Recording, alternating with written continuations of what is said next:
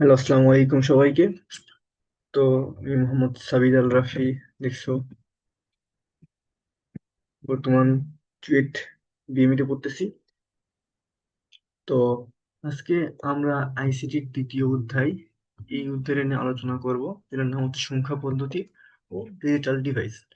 তো আমরা বাস্তব জীবনে ইউজ করে থাকি, যেমন প্রত্যেকটা নাম্বার, যেমন দেখো, তুমি কাউকে ডাকবে, যেমন দুইটি মানুষ বা তিনটি কলা, চারটি ডিম, 1 ডজন কলা, সবই কিন্তু নাম্বার, সবই সংখ্যা। আমরা আমাদের বাস্তব জীবনে সংখ্যার কিন্তু ব্যাপক প্রয়োগ রয়েছে। এখন এই সংখ্যা নিয়েই এই অধ্যায়ের প্রথম অংশ সংখ্যা পদ্ধতি, তারপরে ডিজিটাল ডিভাইস, এই অধ্যায়ের দ্বিতীয় অংশ, যা আপনার ডিজিটাল ডিভাইস কেমনে সংখ্যা পদ্ধতির মাধ্যমে ব্যবহৃত হয় সেটা আমরা দেখব। তো এই অধ্যায়ের প্রথম অংশ আজকে আমরা শুরু করব, সংখ্যা পদ্ধতি। তো সংখ্যা পদ্ধতি শুরু করার আগে আমাদের জানা উচিত সংখ্যা কাকে বলে। তো দেখো, এখানে এখানে দেখো, সংখ্যা, দেখো সংখ্যা কাকে বলে। সংখ্যা বলতে আমরা বুঝি গণনা, পরিমাণ বা মান প্রকাশ করার জন্য ব্যবহৃত প্রতীক বা চিহ্ন।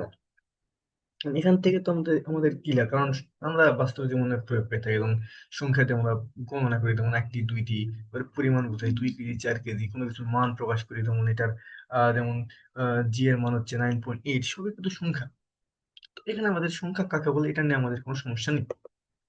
এখন হচ্ছে সংখ্যা পদ্ধতি কাকে বলে। সংখ্যা পদ্ধতি হচ্ছে এই সংখ্যাগুলো, এই যে আমরা সংখ্যাগুলো ব্যবহার করি, প্রত্যেকটা সংখ্যা বা প্রকাশ করার পদ্ধতি হচ্ছে সংখ্যা পদ্ধতি। এখন এই, যেমন আমরা বহুল ব্যবহৃত সংখ্যা পদ্ধতি হচ্ছে কি, দশমিক সংখ্যা পদ্ধতি, যার হচ্ছে অঙ্ক হচ্ছে 9টা, যা আমরা আসলে দৈনন্দিন জীবনে এখন ইউজ করে থাকি।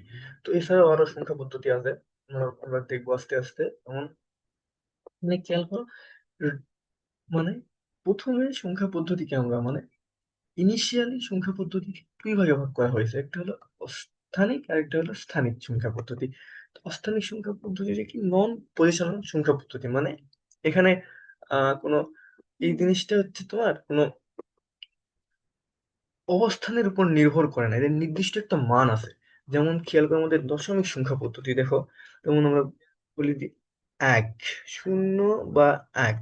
দেখো, শূন্যর একটা মান আছে, একের একটা মান আছে। এখানে যদি আমরা দেখো, এখানে 1 আর 0, এখানে কিন্তু একের মান কিন্তু চেঞ্জ হবে না, জিরোর মান, জিরোর মানও কিন্তু সেপারেটলি হবে, চেঞ্জ হবে না, কিন্তু দুইটা মিলে একটা 10 গঠন করলো এখানে। তো এটা হলো অস্থানিক সংখ্যা পদ্ধতি। আর স্থানিক সংখ্যা পদ্ধতি, যার মান স্থানের উপর নির্ভর করে। যেমন আমাদের কমনলি হচ্ছে রোমান সংখ্যা, যেমন আই, আই। দেখো এখানে আই বা আই এর কোনো নির্দিষ্ট মান নেই, যেমন ভিআই। দেখলে অবস্থানের উপর এদের মান চেঞ্জ করে, যেমন 1, এটা 2, এটা হচ্ছে তোমার 6, এরকম, বুঝছো? স্থানিক আর অস্থানিক সংখ্যা পদ্ধতি। তো এই সংখ্যা পদ্ধতির মধ্যে আমরা যে এই যে 0, 1 বা আই, আই, ভিআই, এগুলো যে ইউজ করতেছি, এইগুলোকে বলা হয় অঙ্ক, বুঝছো? যেমন দেখো, এসব সংখ্যা লিখে প্রকাশ করার জন্য যেসব সাংকেতিক চিহ্ন বা মৌলিক চিহ্ন ব্যবহার করা হয়, তাকে অঙ্ক বলা হয়। এই যে আমরা সাংকেতিক চিহ্ন বা মৌলিক চিহ্ন ব্যবহার করতেছি, এইগুলাকে আমরা অঙ্ক বলি আর কি, বুঝছো? নেক্সট, যেমন এই অস্থানিক পজিশনাল, নন পজিশনাল মানে হচ্ছে স্থানিক আর হচ্ছে, দেখো এই জিনিসটা আমরা আগেই বলে এসেছি। যেমন অস্থানিক পজিশনাল সংখ্যা পদ্ধতি, যে সংখ্যা পদ্ধতিকে নিজস্ব মান বা স্থানীয় মান ভিত্তি আছে, তাকে বলা হয় পজিশনাল সংখ্যা পদ্ধতি। আর নন পজিশনাল মানে যে সকল, সেই সংখ্যা পদ্ধতির নিজস্ব মান আছে কিন্তু স্থানীয় মান ভিত্তি নাই, তাকে পজিশনাল সংখ্যা পদ্ধতি বলে। আগে যেটা বললাম, এটা হলো দশমিক, আর এটা হচ্ছে রোমান সংখ্যার উদাহরণ। এখানে কোনো সমস্যা নেই, চেঞ্জ করি। সংখ্যা পদ্ধতির বেস বা ভিত্তি, সংখ্যা পদ্ধতিতে ব্যবহৃত মৌলিক নির্দেশনকারী, নির্দেশক নির্দেশকারী কোনো চিহ্ন, অঙ্ক বা সংখ্যা পদ্ধতির ভিত্তি বা বেস বলা হয়। আসলে এটা কি বোঝাচ্ছে, সংখ্যা পদ্ধতিতে আসলে আমরা যে সংখ্যা পদ্ধতি ব্যবহার করি, সেখানে যতগুলো অঙ্ক আছে, মানে সেটাকেই বলা হয় সংখ্যা পদ্ধতির বেস বা ভিত্তি। যেমন আমাদের দশমিক সংখ্যা পদ্ধতিতে কয়টা অঙ্ক আমরা ব্যবহার করি? 9টা। 0 থেকে 9 পর্যন্ত, মনে করো 9টা। এই 9টা, তাহলে তাহলে 0 থেকে 9টা পর্যন্ত কয়টা হলো আমাদের? 10টা সংখ্যা ব্যবহার করি, তাহলে দশমিক সংখ্যার বেস কত? 10, বুঝছো?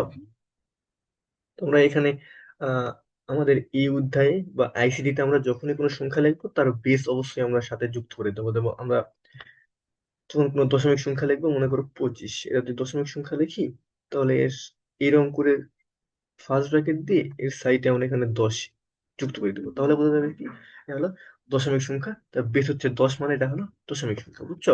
যেমন পরে আমরা দেখবো, তোমাদেরকে এমনিতে একটা উদাহরণ দিই। যেমন বাইনারি সংখ্যা যখন লিখবো আমরা এমনি, মনে করো বাইনারি হচ্ছে কি ওয়ান, ওয়ান লিখলে না, তাহলে এর সাথে এই 2 যুক্ত করে দেবো, কারণ বাইনারি সংখ্যার বেস কত? 2। তাহলে এটা বাইনারি সংখ্যা এমনি এমনি প্রকাশ করবো। এমনি আমরা অক্টালের ক্ষেত্রে 8 আর হেক্সাডেসিমালের ক্ষেত্রে 16 যুক্ত করবো। মানে এই বেসির উপর ভিত্তি করে আবার সংখ্যা পদ্ধতিকে আমরা 4 ভাগে ভাগ করি। এগুলো অবশ্যই আহ নন পজিশনাল সংখ্যা পদ্ধতি, কারণ এদের প্রত্যেক নির্দিষ্ট মান আছে। যেমন দেখো দশমিক সংখ্যা পদ্ধতি, যেমন দেখো দশমিক সংখ্যা পদ্ধতি তো তোমার দ্বিমিক বা হচ্ছে বাইনারি সংখ্যা পদ্ধতি, অক্টাল বা হচ্ছে অক্টাল, হেক্সাডেসিমাল বা হেক্সাডেসিমাল সংখ্যা পদ্ধতি। তো আস্তে আস্তে প্রত্যেকটা কি কাজ করে, প্রত্যেকটা সংখ্যা পদ্ধতির আমরা আহ প্রতিটা সংখ্যা পদ্ধতি কাকে বলে সেগুলো আমরা দেখে নিই। যেমন দশমিক সংখ্যা পদ্ধতি তোমরা এমনিতেই জানো যে এমনিতেই আমরা দৈনন্দিন জীবনে এটা ব্যবহার করে থাকি, দশমিক সংখ্যা পদ্ধতি। যেমন খেয়াল করো, তাহলে তো যে সংখ্যা পদ্ধতির ভিত্তি 10 বা 10টি অঙ্ক নিয়ে গঠিত হয় তাকে আমরা ডেসিমাল সংখ্যা পদ্ধতি বলি। যেমন এই তো 0 থেকে 9 পর্যন্ত আমরা ইউজ করি আর কি। বাইনারি ক্ষেত্রে কি হয়, বাইনারিটা আমাদের কাছে নতুন, আমরা দশমিকটা আমরা ইউজ করে থাকি আমাদের দৈনন্দিন জীবনে, ছোট থেকে এত বড় হচ্ছে আমরা সাধারণত দশমিক সংখ্যা পদ্ধতি পড়ে পড়ে অভ্যস্ত। তবে আমরা এখন নতুন সংখ্যা পদ্ধতি দেখবো, যেমন বাইনারি। বাইনারি সংখ্যা পদ্ধতি হচ্ছে কি, তোমরা এখানে এর ভিত্তি 2, তার মানে এখানে অবশ্যই 2টা মাত্র অঙ্ক ব্যবহৃত হবে। কোনটা? 0 আর 1। তো 0 আর 1 ব্যবহার করে এত বড় একটা সংখ্যা পদ্ধতি আমাদের প্রকাশ করতে হবে। যেমন দেখো, এখানে 9 পর্যন্ত তুমি যে কোনো অঙ্ক ব্যবহার করতে পারবে দশমিক সংখ্যা পদ্ধতিতে, কিন্তু এখানে শুধু 0 আর 1 ব্যবহার করে তোমার প্রত্যেকটা সংখ্যা বা প্রত্যেকটা জিনিস প্রকাশ করতে হবে। যেমন কয়েকটা আমরা পরবর্তীতে দেখবো এগুলো কেমনে কাজ করে, বাইনারি দশমিক। এখানে শুধু 1 আর 0 আর 1 তুমি ইউজ করতে পারবে। যেমন দেখো, তোমার বাইনারি উদাহরণ দিই, সরি, 1 0 1 1 0 1 1, এই যে দেখো, এই সংখ্যার একটা বাইনারি সংখ্যা, বুঝছো? এখানে শুধু 0 আর 1 ব্যতীত অন্য কোনো সংখ্যা ইউজ করা যাবে না, বুঝছো? তো আমরা পরবর্তী স্লাইডে যাই। এটা হচ্ছে নেক্সট স্লাইডে আমরা দেখতে পাচ্ছি কি, অক্টাল নাম্বার। অক্টাল নাম্বারে তাহলে কি হবে, যে সংখ্যার পদ্ধতির ভিত্তি 8, তোমরা এতক্ষণে বুঝে গেছো। ভিত্তি 8 মানে সেখানে 0 থেকে 7 পর্যন্ত 8টি সংখ্যা ব্যবহৃত হবে। এখানে আর কোনো সংখ্যা ব্যবহার করা যাবে না। 9 বা 10, 9 ইউজ করতে পারবে না, 8 9 ইউজ করতে পারবো না। শুধু ভিত্তি যেহেতু 8, সেখানে শুধুমাত্র 8টি অঙ্ক নিয়ে গঠিত হবে, যা হলো 0 থেকে 7 পর্যন্ত, বুঝছো? আর এখানে দেখো, তারপর হলো আমাদের অক্টাল গেল। তারপর আমাদের এলো হচ্ছে হেক্সাডেসিমাল নাম্বার। যে সংখ্যা পদ্ধতির ভিত্তি 16, তার মানে বুঝতে পারতেছি এটা একটু অনেক বড় সংখ্যা পদ্ধতি আর কি, 16টি অঙ্ক নিয়ে গঠিত হয়। এক্ষেত্রে কিছু নিয়ম আছে। যেমন দেখো, এখানে 0 থেকে, তাহলে 16টি অঙ্ক, তাহলে 0 থেকে 15 পর্যন্ত ইউজ হওয়ার কথা, তবে না, এমন না। 0 থেকে 15 পর্যন্ত ইউজ হয়, তবে 10 10 থেকে নামগুলা চেঞ্জ হয়ে যায়। যেমন 10-এর নাম এখানে এ ইউজ করা হয়, 11-র নাম বি, তোমার 12-র নাম সি, 13-র নাম ডি, তারপরে হচ্ছে 14-র নাম ই, তোমার নাম এফ। এই জিনিসটা তোমাকে মানে আত্মস্থ করতে হবে, তোমাকে নিজে নিজে জিনিসগুলো তোমাকে মুখস্থ রাখতে হবে। কারণ হেক্সাডেসিমাল সংখ্যা পদ্ধতি 15 পর্যন্ত ইউজ হয়, কিন্তু 10 থেকে নামগুলো চেঞ্জ হয়ে থাকে, এ বি সি ডি দিয়ে প্রকাশ করা হয়। যেখানে 1 নজরে বিভিন্ন সংখ্যা পদ্ধতির ভিত্তি, কয়টা অঙ্ক ইউজ করা হয় আর উদাহরণ দেখতে পাচ্ছ, বাইনারি, অক্টাল, হেক্সাডেসিমাল, ডেসিমাল, সবকিছু। তারপরে একটি সংখ্যা যেন লিখি বা একটি সংখ্যার লিখি, প্রধান 3টি অংশ থাকে। মানে কিরকম থাকে আমরা জানি, সংখ্যার কিছু পূর্ণাঙ্গ অংশ থাকে, কিছু ভগ্নাংশ থাকে। আর ভগ্নাংশের মাঝখানে পয়েন্ট থাকে, যেটা দিয়ে আমরা ভগ্নাংশটাকে সাধারণত প্রকাশ করে থাকি, বুঝছো? তাহলে 75 এখানে কি পূর্ণাঙ্গ, মানে এটা হলো পূর্ণাঙ্গ মান। এখানে 56 হচ্ছে কি ভগ্নাংশ মান, যেহেতু পয়েন্টের পর আছে এই জন্য এটা কি ভগ্নাংশ মান। তাহলে কি হচ্ছে, তাহলে একটি সংখ্যার কয়টি অংশ হচ্ছে, তিনটি অংশ, পূর্ণাঙ্গ আর ভগ্নাংশ। আর এখানে যে পয়েন্ট দ্বারা পূর্ণাঙ্গ আর ভগ্নাংশ আলাদা করা হয় সেই পয়েন্ট থেকে বলা হয় হচ্ছে র্যাডিক্স পয়েন্ট। এখন আসি আমরা সংখ্যা পদ্ধতির রূপান্তর বা কনভার্সন অফ নাম্বার সিস্টেম। মানে আমরা এই যে যখন আহ এক সংখ্যা পদ্ধতি থেকে, মানে সংখ্যা পদ্ধতির রূপান্তর মানে কি, আমরা এক সংখ্যা পদ্ধতি থেকে অন্য সংখ্যা পদ্ধতিতে যাচ্ছি। তাহলে এটা তোমাদের মনে প্রশ্ন আসতে পারে, এটার আসলে প্রয়োজন কি? যখন এতগুলো সংখ্যা পদ্ধতি আছে, সাধারণত আমরা ডেসিমাল বাস্তব জগতে ইউজ করি, তাহলে আমরা অন্য সংখ্যা পদ্ধতি বা দরকার কি, বা আবার অন্য সংখ্যা পদ্ধতি রূপান্তরে বা দরকার কি? তো এটা আসলে সব থেকে বড় কারণ হচ্ছে আমাদের কম্পিউটার হচ্ছে অনেক দাম ডিভাইস, হচ্ছে মানে অনেক গাধা টাইপের ডিভাইস আর কি। তো এই ডিভাইসটা কি, এই ডিভাইসটা বাইনারি মান ছাড়া কিছু বোঝে না, কিচ্ছু বোঝে না। যেমন 0 আর 1, বাইনারি মান কি তোমার, 0 আর হচ্ছে 1। শুধু তোমার কম্পিউটার শুধু এই দুইটা মানই বোঝে। কম্পিউটারকে কম্পিউটারকে কোনো কাজ করতে বললে সবকিছু কাজই দুইটা মানের মাধ্যমে হয়, 0 আর 1-এর মাধ্যমে। তো অবশ্যই বাইনারি সংখ্যা অতীব জরুরি একটা সংখ্যা পদ্ধতি। এই জন্যই আর কি আমাদের এই সংখ্যা পদ্ধতি গুলো লাগে। যেমন হেক্সাডেসিমাল সংখ্যা পদ্ধতি, বুঝছো? এটাতে তখন তোমার মেমোরিতে হচ্ছে তোমার নির্দিষ্ট মান, মানে প্রত্যেকটা মেমোরি আছে, ওদের বাইট বিট আছে না, প্রত্যেকটার মান নির্দেশ করা হয় এই হেক্সাডেসিমাল নাম্বার দিয়ে। তো প্রত্যেকটা নাম্বারেরই কিছু কিছু কাজ আছে আর কি। তোমার কম্পিউটার সরাসরি ডেসিমাল বোঝে না, কম্পিউটার বোঝে শুধু বাইনারি, বুঝছো? তো এই জন্য আর কি আমাদের বাইনারিতে কনভার্ট করা বা কনভার্সন করা বা সংখ্যা পদ্ধতি কনভার্সন অতীব জরুরি। আবার তোমার যদি কম্পিউটার তোমাকে যে রেজাল্ট দেয়, তুমি মনে করো ক্যালকুলেশন করতেছো, তো এই রেজাল্টটা কিসে দেয়? ডেসিমালে দেয়। কম্পিউটার ইনপুট নিচ্ছে বাইনারিতে, তোমাকে আউটপুট দিচ্ছে ডেসিমাল। তো অবশ্যই এখানে কনভার্সনের দরকার আছে। কারণ তুমি যদি বাইনারিতে কনভার্ট না করো তাহলে কম্পিউটার বুঝবে না। আবার কম্পিউটার যদি তোমার বাইনারিতে উত্তর দেয়, মানে ডেসিমাল বা অন্য নাম্বারের উত্তর না দেয়, তাহলে তাহলে তুমি বুঝবে না। দেখা যাচ্ছে তুমি বাবার সাথে বাজার করতে গেছো, সেখানে দোকানদার বললো 20 + 10 কত, তুমি দিছো, তুমি হচ্ছে ক্যালকুলেটার বসে তো ক্যালকুলেটার এমন এমন এমন 0 1 1 1 0 1 1 এরকম কিছু মান, তাহলে কি হবে? সেটা কি বাস্তব জগতে প্রয়োগ করতে পারবা? হবে না।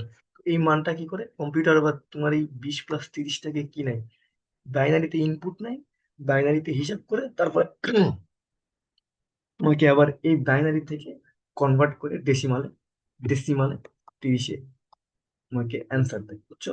তো এই জন্য আমাদের সংখ্যা পদ্ধতির কনভার্সন অতীব জরুরি একটা বিষয়। তো এখান থেকে আমার সাধারণত ম্যাথ শুরু হলো। আর আমরা এখান থেকে ভালো করে আসলে ম্যাথের দিকে যাবো আর কি। এরপরে প্রত্যেকটা ম্যাথ এই অধ্যায়ের বেশিরভাগ টাইপের ম্যাথ আর কি প্রথম অংশে, আসলে অনেক কম আসে। তো শুরু করি।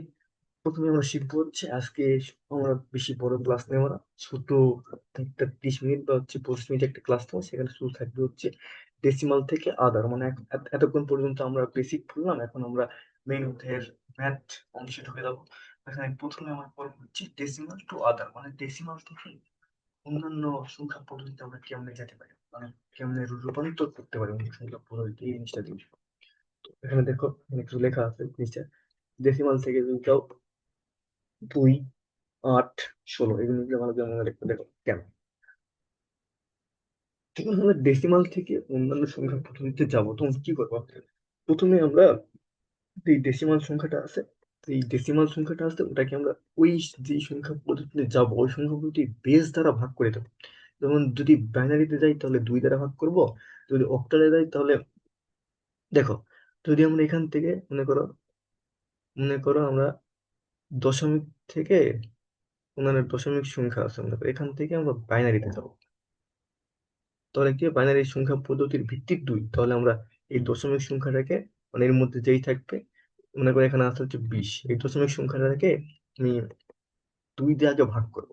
তারপর কি কি করব, এরপরে বাম দিকে বাম দিকে ভাগফল এবং ভাগশেষ ডান দিকে বসাতে হবে। আচ্ছা, তুমি এগুলো এখন শুধু দেখে রাখো, যখন আমরা পরবর্তী স্লাইডে ম্যাথ করবো তখন তুমি এমনিতে বুঝে যাবে আর কি, বুঝছো? ভাগফলের মান 0, 0 হলে অঙ্ক শেষ হবে, অঙ্ক মানে জিরোতে আসলে আমরা শেষ করে দেবো, মানে এইরকম ভাগ করতে করতে যদি জিরোতে আসে তাহলে শেষ করে দেবো। যেমন অঙ্ক শেষ হলে ভাগশেষের মানসমূহ নিচ থেকে উপরের দিকে, নিচ থেকে উপরের দিকে নিতে হবে, নিচ থেকে উপরের দিকে মানগুলো আমাদের বোঝাতে হবে। যেমন আচ্ছা, আমরা এই স্লাইডে একটা আসতে পারি। আচ্ছা, 20-এরটা একটু দেখো। দেখো এখানে কত আছে? 20টাকে আমরা এমনি 2 দিয়ে ভাগ করবো। তারপর এখানে একটা মনে করো এমনি দিব। তারপরে এখানে ভাগ করে যেটা ভাগ করবো, মানে এখানে হচ্ছে তোমার দেখো 2 দিয়ে যায়, তাহলে 2 দিয়ে গেলে কত থাকে? 10। আর ভাগশেষ কেউ থাকে না, ভাগশেষ 0। তারপর আবার যদি করি, 2 দিয়ে করি, তাহলে কি হবে? 5 এই 10-এ কি যায়? হ্যাঁ, 5 ভাগশেষ কত? 0। আবার যদি 2 দিয়ে করি তাহলে কি হবে? 2 5-কে যায়? হ্যাঁ, যদি 2 দাও তাহলে 2 দুগুণ 4, আর ভাগশেষ থাকে 1। আবার 2 দিয়ে 1 যায়, 2 দিয়ে হলে 1, এখানে তাহলে 0। লাস্টে যায় এরকম 1 যখন চলে আসবে তখন জাস্ট এখানে 2 লিখবা। এখানে হচ্ছে 0, কারণ এখানে যায় না, এখানে 1 শেষ। এখন এই জিনিসটা আমরা লিখলাম, এটা আমরা জাস্ট আমরা এখন নিচ থেকে উপরের দিক পর্যন্ত সাজাবো। তো এরকম করে এটাকে বলা হয় most MSB, significant number bit, আর এখানে হচ্ছে এলএসবি, লিস্ট সিগনিফিকেন্ট নাম্বার। এখান থেকে সাজালে তাহলে দেখো 20-এর 10 থেকে আমরা যদি যাই তাহলে কত হবে? এখান থেকে সাজাতে হবে 101,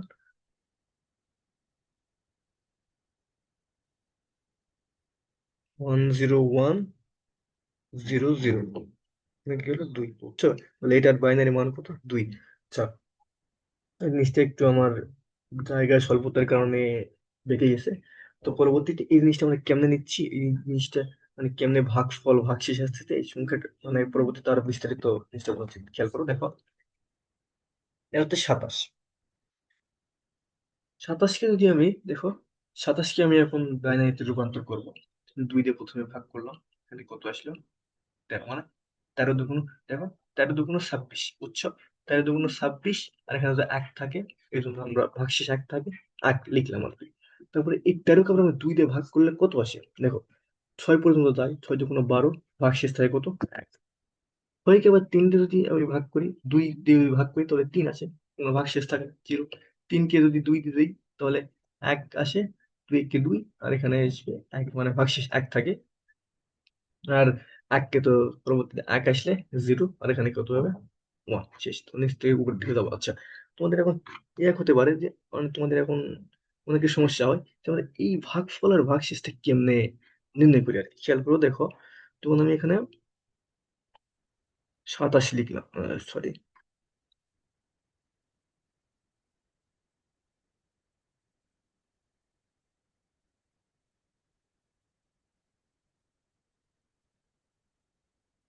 দেখো যখন আমি এখানে 27 লিখলাম,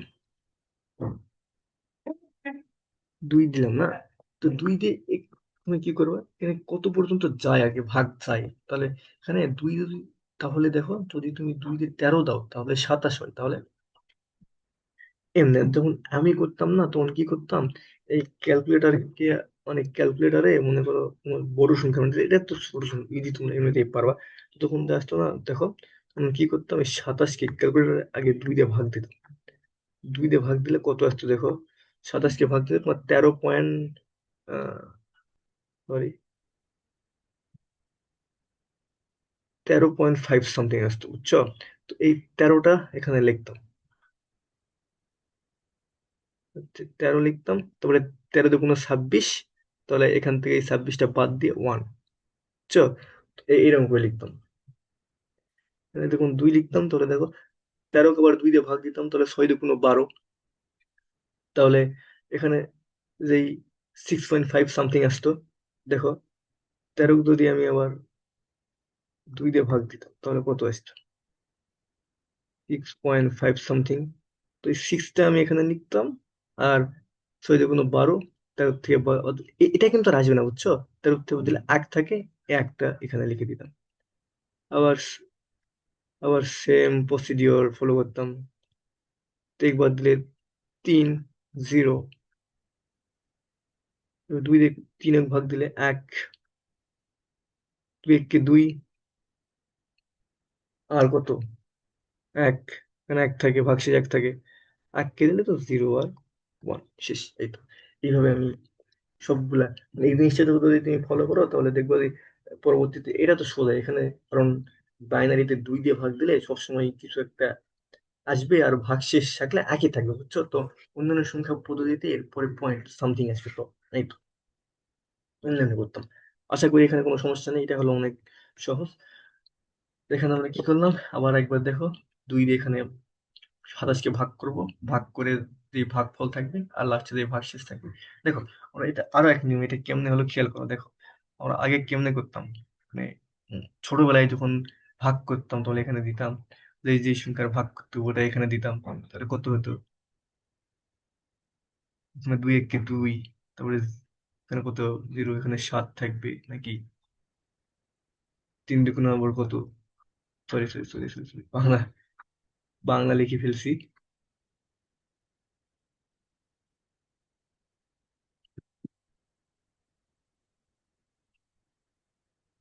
তিন, তাহলে এখানে ছয়, মানে এক। তো দেখো, এই ভাগফলটা লিখতে হবে তোমার এখানে, আর ভাগশেষটা লিখতে হবে তোমার এখানে।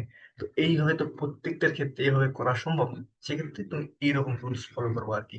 ভাগ করবা, এটা লিখবা এখানে, তারপরে 13 × 26, 28 থেকে বাদ দিয়ে যা হবে তাই। উম, ছয়, 6 × 12, 13 থেকে এক বাদ দিলে 12, 13 থেকে 12 বাদ দিলে এক, এটা কি হবে এখানে, বুঝছো। এরকম এভাবে লিখবা, তাহলে দেখবা হয়ে গেছে।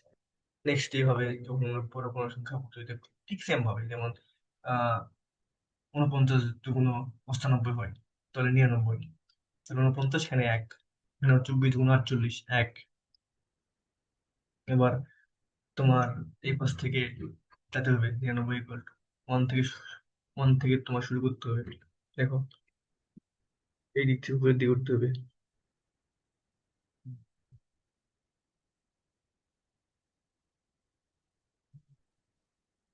উপরের দিকে, সরি আসলে উপরের দিকে উঠতে হবে। তো 10 11 00 01, বুঝছো? এই তো। তো আচ্ছা, ভগ্নাংশ পদ্ধতিতে আমরা এতক্ষণ পর্যন্ত যা দেখলাম সবই আমাদের পূর্ণাঙ্গ সংখ্যাকে কেমনে প্রকাশ করলাম, মানে দশমিক থেকে অন্য পদ্ধতিতে রূপান্তর করলাম। এখন আমরা দেখবো যখন এই পূর্ণাঙ্গ থাকবে না, যখন এটা ভগ্নাংশ থাকবে তখন কি করব। জাস্ট আমরা কি করবো না, জাস্ট আমরা কি করবো, এখানে তোমার এই যে পূর্ণাঙ্গ যে ভগ্নাংশ সংখ্যাটা থাকবে তোমার 0. মনে করো 3 7 5, এটাকে আমরা বেস, মানে যেই সংখ্যাতে রূপান্তর করবো তার বেস দ্বারা গুণ করে দেবো। যেমন দেখো, দুই দিয়ে গুণ করলাম, তারপর এখানে গুণ করলে সামথিং, মানে যদি পূর্ণ সংখ্যা আছে তাহলে এখানে কি কি লিখে লিখবো, একটা পূর্ণ সংখ্যার ঘর, একটা দেখো এখানে পূর্ণ সংখ্যার জন্য ঘর, এখানে ভগ্নাংশের জন্য ঘর, মনে করো এমনি লিখলা, সরি।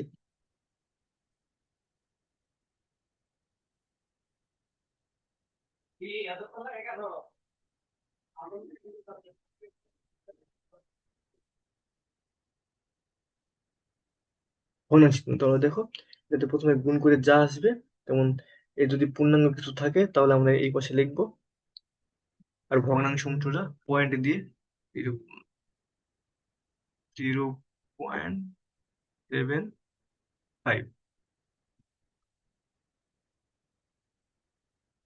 বুঝছো। 0.75 কে আবার গুণ দিব এই পাশে, তারপরে যা আসবে, তারপরে যেমন 0.75 দেওয়ার গুণ দিছে 1 সামথিং আসছে, তো এখানে লিখবো ওয়ান, এখানে লিখবো 0.5, এখানে হচ্ছে, তাহলে 0.5 কে আবার গুণ দিব, তারপরে যা আসবে পূর্ণাঙ্গ অংশ এখানে লিখবো, আর ভগ্নাংশ অংশ এখানে লিখবো। তারপরে এখানে কি করবো, পূর্ণাঙ্গের ক্ষেত্রে আমরা নিচ থেকে উপরে গেছিলাম, মানে নিচ থেকে উপরের দিকে গেছিলাম, এখানে আমরা উপর থেকে নিচের দিকে আসবো, বুঝছো।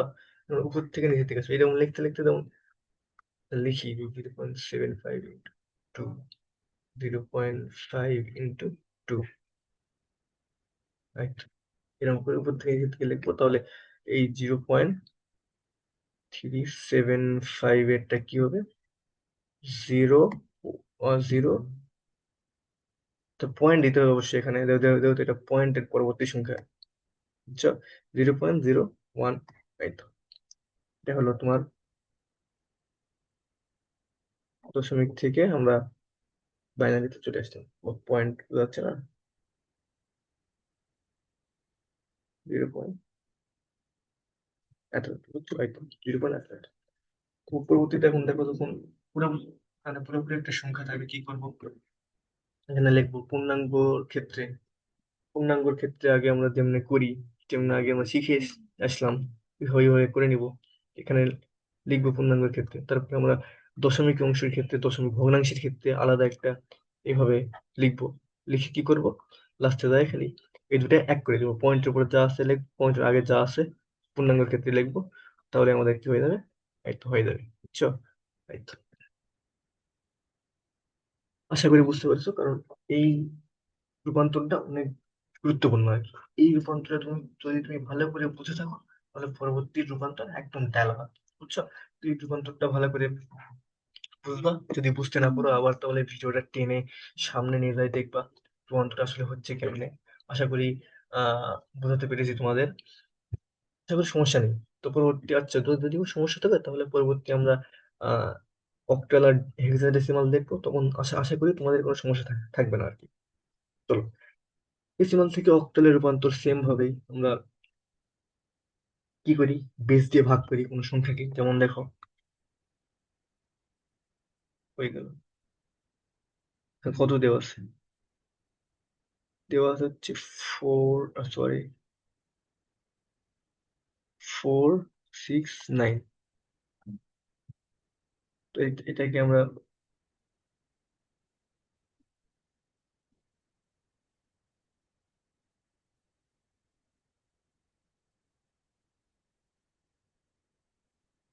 খেয়াল করো, এটা যেহেতু আমাদের অক্টাল নাম্বার, তাই এখানে 0 থেকে 7 পর্যন্ত আসবে আর কি। তো এটা আমাদের দশমিক নাম্বার থেকে আমরা অক্টালে রূপান্তর করতে হবে। আচ্ছা, নাকি? তাহলে আমরা কি করবো? অক্টালের বেস কত? 8 দিয়ে ভাগ দিব। দেখো, 8 দিয়ে ভাগ ভাগ দিলে কি হবে? এর ভাগশেষ আর ভাগফল ওই দিয়ে আমি তোমাদের যেভাবে শেখাই দিলাম, সেইভাবে তুমি করতে পারো।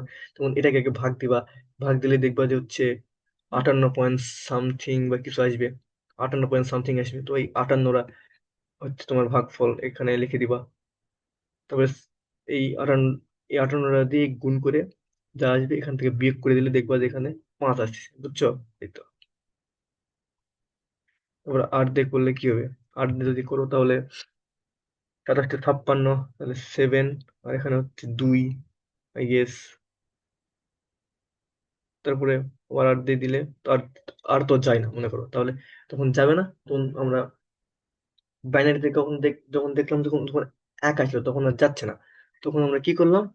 তখন আমরা জাস্ট 0 লিখে ওই ওই সংখ্যাটা মানে এক আমরা 0 লিখলাম, আর একটা আমরা সাইডে লিখে দিলাম, বুঝছো? এখানে সেম, যেহেতু আর যাচ্ছে না, তাহলে এখানে আমরা 0 লিখে দিব।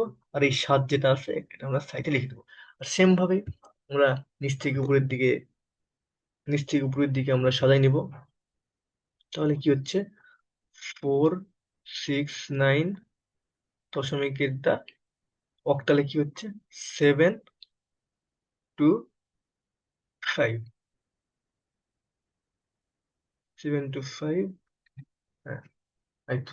আশা করি তোমাদের এর কোনো সমস্যা নেই, বুঝতে পেরেছো? আর ভগ্নাংশ সংখ্যার ক্ষেত্রে সেম ভাবে আমাদের ওখানে 2 দিয়ে মানে বেস দিয়ে গুণ দিয়েছি, এখানে 8 দিয়ে গুণ দিতে হবে। পূর্ণাঙ্গ অংশ এই পাশে লিখবো, ভগ্নাংশ অংশ এই পাশে লিখবো। তারপরে এই জিনিসটা হচ্ছে উপর থেকে সাজাইবো। যখন দেখবা যে এটাতে এমন কোনো মান দেওয়া আছে যেটা আসলে শেষ হয়ে গেছে, বুঝছো? মানে মিলে গেছে আর কি, পূর্ণাঙ্গ সংখ্যা একদম বের হয় আর এখানে 0 হয়ে আসছে, বুঝছো? অনেক ক্ষেত্রে তুমি দেখবা যে বাইনারি বলো বা অক্টাল বলো বা হেক্সাডেসিমালি বলো, ওইগুলোতে রূপান্তরের সময় দেখবা যে এই পাশে তোমার মানে এই পাশে করতেছে, এই পাশে কোনো মিলতেছে না, মানে 0 আসতেছে না, চলেই যাচ্ছে এখানে, মানে নিচে নামতেই আছে, মানে তুমি নিচে নামতে গুণ করতে গেছো বাট এখানে 0 আসতেছে না, এই পাশে 0 আসতেছে না। তখন কি কি করবা? জাস্ট 4 5টা সংখ্যা লিখবা। 4 5টা, 4 5টা না, 3টা করবা। 3টা করে আর তারপরে জাস্ট এখানে ডট ডট ডট ডট দিয়ে দিবা। তাহলেই হয়ে যাবে, বুঝছো? হেক্সাডেসিমালের ক্ষেত্রে আশা করি আর, ও এখানে একটা একটা জিনিস বোঝার আছে, হেক্সাডেসিমালের ক্ষেত্রে যেমন তোমার মনে করো 15 আসবে, মনে করো এখানে 16 বেস না, এখানে 15 বা সামথিং আসলো, 15 সামথিং আসলে কি করতে হবে, ডি বা কোনো দিয়ে তোমাকে চেঞ্জ করে দিতে হবে। দেখুন এটা তো তোমার প্রবলেম নেই, আর 16 দিয়ে ভাগ করবা, ভাগফল এখানে লিখবা, ভাগশেষটা এই সাইডে লিখবা। আমি যে ট্রিকটা শিখাই দিলাম তোমাদের, ওই ট্রিকটা ওই ট্রিকটা তোমরা ফলো করতে পারো। যেমন 450 কে তুমি 16 দিয়ে ভাগ দিবা, তারপরে ভাগশেষটা এখানে লিখবা, আর বাদ বাকিটা ভাগফলটা এখানে লিখবা, ভাগশেষটা তুমি এই পাশে লিখবে। বুঝছো? তাই তো, তারপরে নিচ থেকে উপরের দিকে, তারপর এভাবে লিখবে। তো এক্ষেত্রে খেয়াল করো, তোমার এখানে বুঝছো, এখানে 15 বা 10 বা হচ্ছে 11 যে কোনো সামথিং কিছু আসতে পারে, কারণ এটা হলো 16 পেজ সংখ্যা পদ্ধতি, আমরা যে কোনো কিছু এই পাশে লিখতে পারি। তো 15 পর্যন্ত আমরা এই পাশে লিখতে পারি। এখানে যেহেতু আসে, এই পাশে খেয়াল করো, তখন মানে এটার হচ্ছে ভগ্নাংশ অংশ, যখন আমরা 16 দিয়ে গুণ করছি 13 আসছে, সংক্ষিপ্ত আমরা কেমনে করলাম, যা আসবে তাই আমরা উত্তরে যা আসবে পূর্ণাঙ্গ অংশ এখানে লিখবো, ভগ্নাংশ অংশ এখানে লিখবো। তো উত্তর লিখতে যাবো যখন, দেখো খেয়াল করো, যখন আমরা উত্তর লিখতে আইছি, এটা সমান সমান, তাহলে এখানে 13 আসার কথা 1399, তবে 13 তো আমাদের হেক্সাডেসিমাল সংখ্যা ইউজ করা যায়, তো আমরা 13-র বদলে জাস্ট ডি ইউজ করা যায়, আমরা এখানে ডি ইউজ করবো। বুঝছো? আমরা 13 ইউজ করবো না, ডি ইউজ করবো, D99। বুঝছো? 10 থাকলে কি ইউজ করতাম, DA ইউজ করতাম। 11 থাকলে বি ইউজ করতাম। বুঝছো? 11 থাকলে 11টাই খালি বি হিসাবে ইউজ করতাম, এবং 13 কারণ হেক্সাডেসিমালে অন্য কোনো মান যেমন 10 থেকে 15 পর্যন্ত ABCD আমরা ইউজ করে থাকি, তো এই জন্য আর কি। বুঝছো? তো থ্যাংক ইউ, ধন্যবাদ। আশা করি তোমরা ক্লাসটা বুঝতে পেরেছো। যথেষ্ট আমি যথেষ্ট চেষ্টা করেছি তোমাদের বোঝানোর জন্য। তো ধন্যবাদ সবাইকে। আজকে তাহলে এখানে শেষ করি।